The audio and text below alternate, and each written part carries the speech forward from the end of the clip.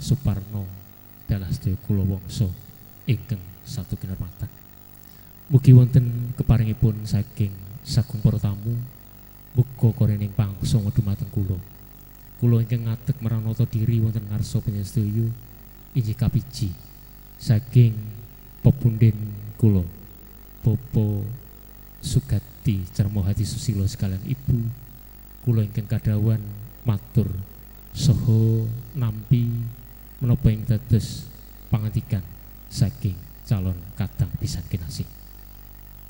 Pinangka purwakane ngatur wonten ngarsa panjenengan sumangga kula dherekaken manungku puja pujastuti ngunjukaken raos puji syukur wonten ngarsa dalem Gusti Allah ingkang Maha Agung.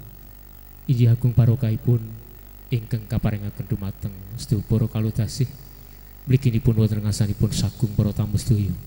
Wonten ing kalodhangan punika panjenengan dalasan kula dipun keparengaken pinarak lenggah kanthi swasana tinebahaken saking sakadang rubeda cinaketaken dumateng kawilujengan kabagyan saha kabagaswarasan.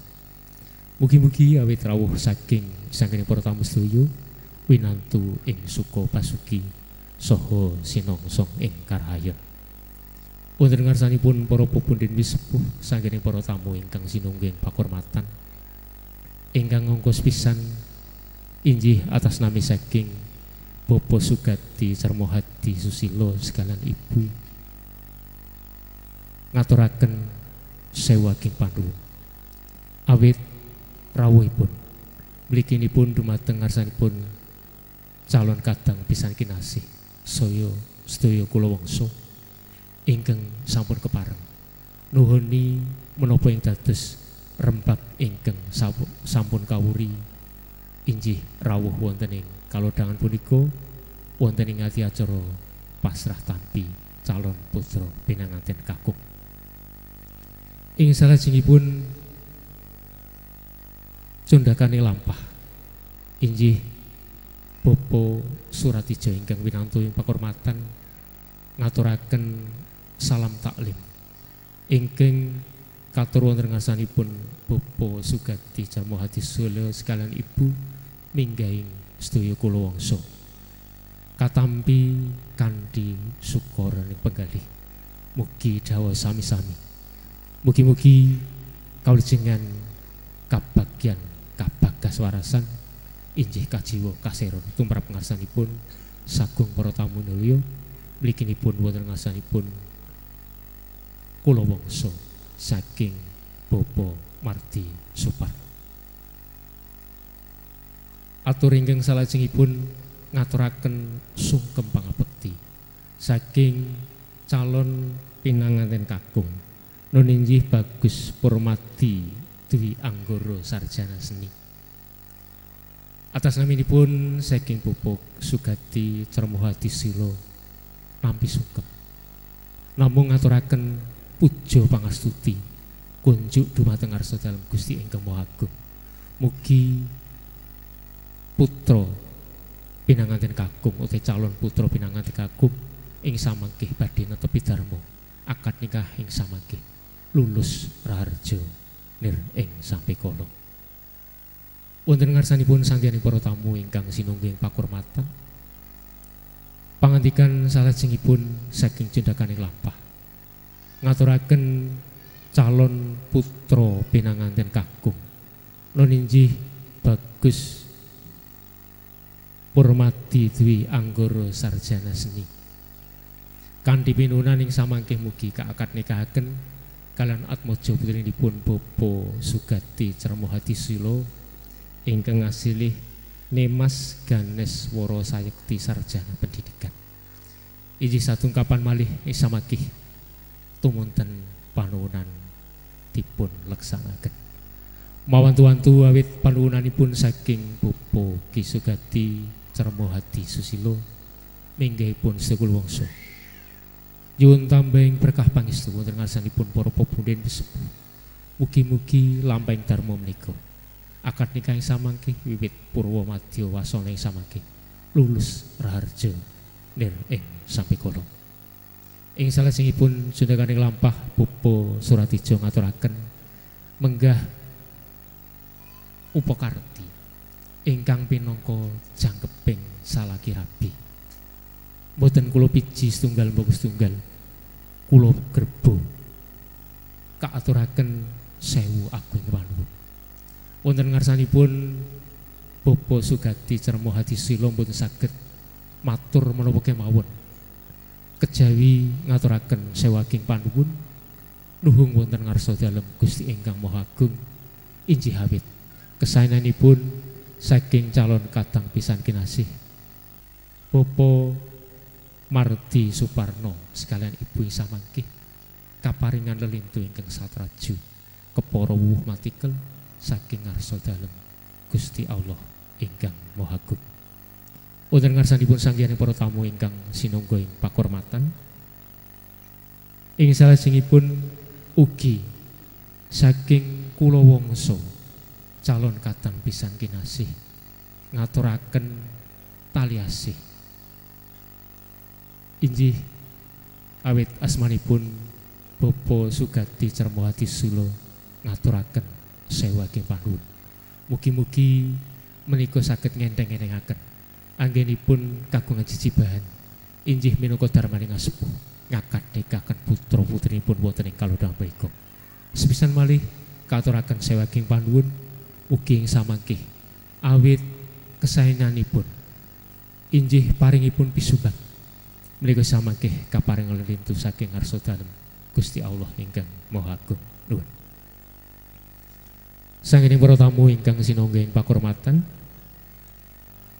ing pungkasan ing bepilih sak paripurnaning adiacara wiwahan menika saking kadang pisan kinasih utawi calon kadang pisan kinasih lan sedaya kula wangsa ing samangke tumunten badhe kundur sowang-sowang wonten ing dalemipun ing Giri Sekar Panggang Gunung Kidul mawantu-wantu saking pangandikanipun Bapak Sugati Cermo Hadisilo saha kula wangsa ngaturaken sewu ageng panuwun kunduripun ing samangke nderekaken sugeng kundur mugi rahayu ingkang tansah pinanggih.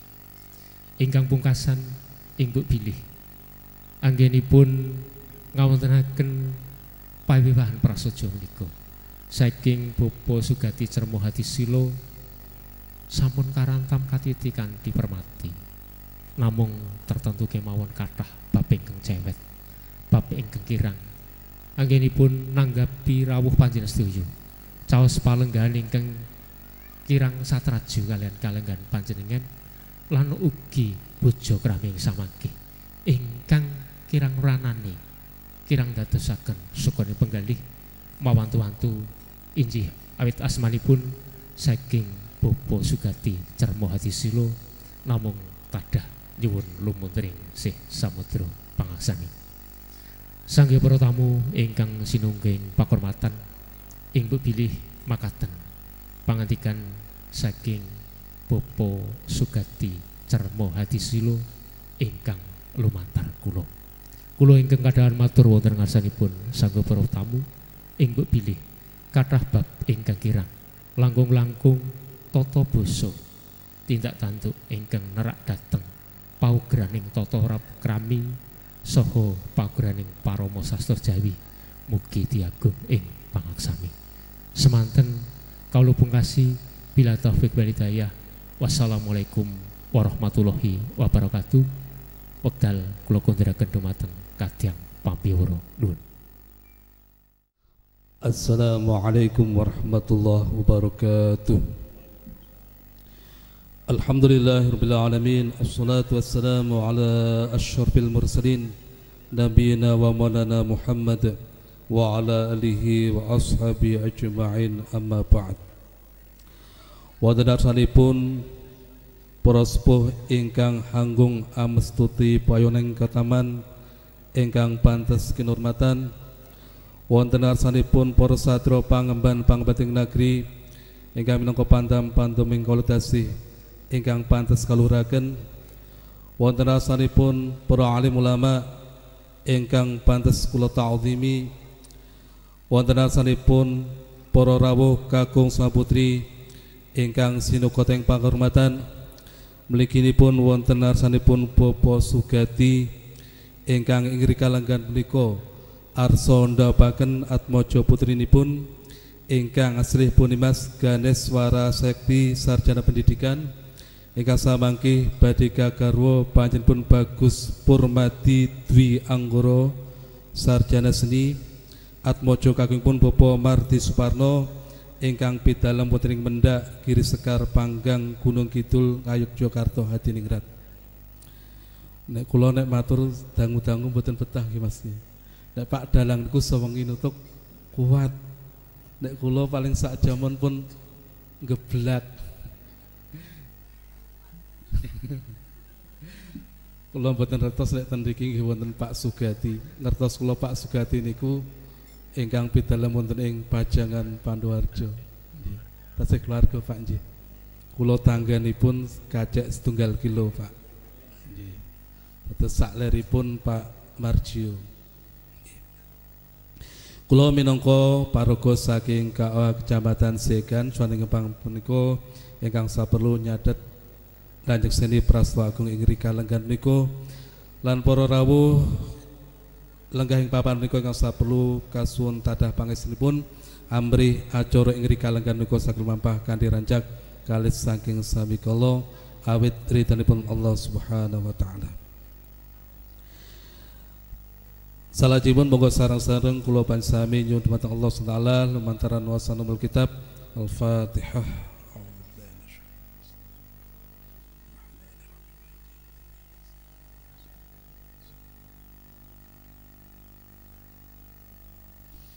Kalajengkeun wasan kalimat syahadah sareng-sareng asyhadu an la ilaha illallah wa asyhadu anna Muhammadar Rasulullah.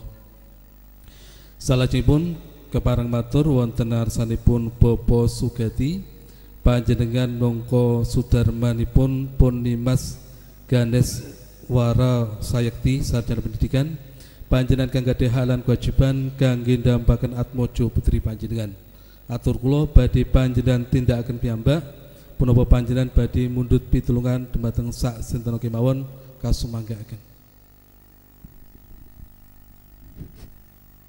Nggih, pareng matur nuwun pesanipun Bapak Naib selewat atur kula nyuwun agunging pangapunten.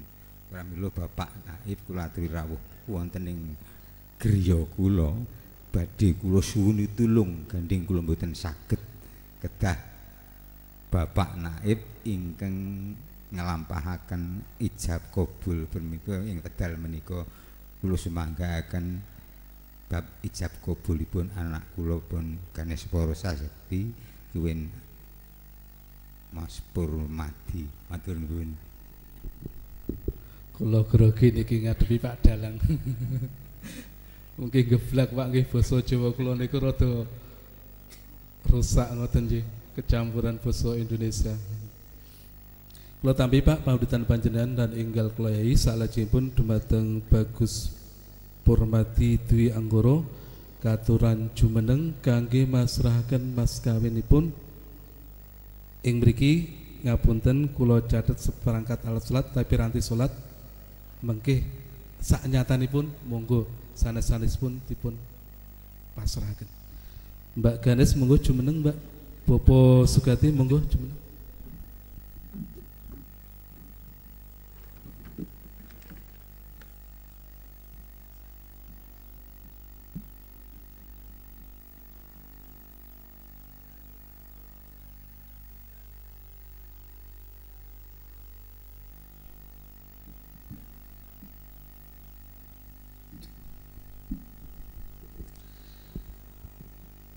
Kula tampi pamudhutan panjenengan lan enggal kula yai salajipun kula badhe nyuwun priksa Mas Purmadi Dwi Anggara panjenengan nikahipun kangge basa napa Indonesia, Jawa, Inggris, Prancis, Arab gandeng Raja Salman rawuh nggih basa Arab Kangge basa Jawi. Kangge basa Jawi. Jawine kasar alus krama inggil. Kasar lho mboten wani mungkin ndak didukani Pak MC. Salajengipun kula aturaken khotbah nikah.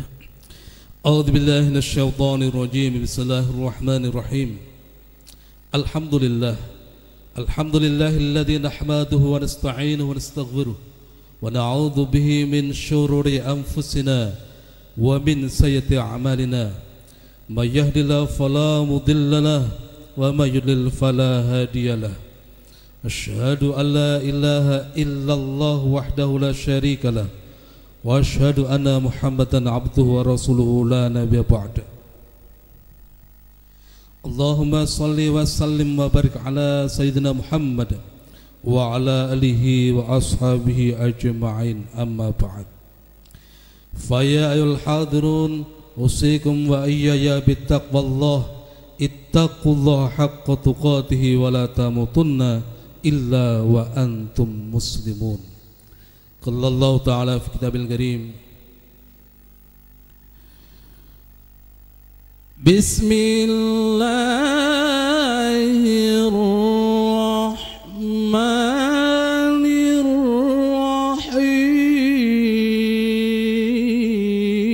الرحيم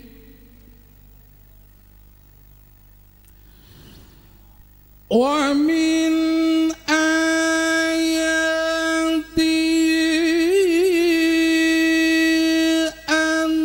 خلق لكم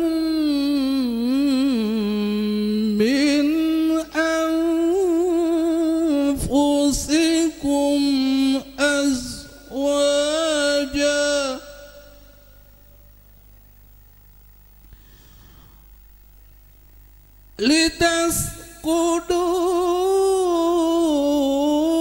لتسكنوا إليها وجعل بينكم مودة ورحمة إن في ذلك لآيات لقوم يتفكرون وقال صلى الله عليه وسلم يا معشر الشباب من استطاع منكم الباءة فليتزوج فإنه أغض للبصر وأحصن للفرج. Dumateng ngarsanipun bagus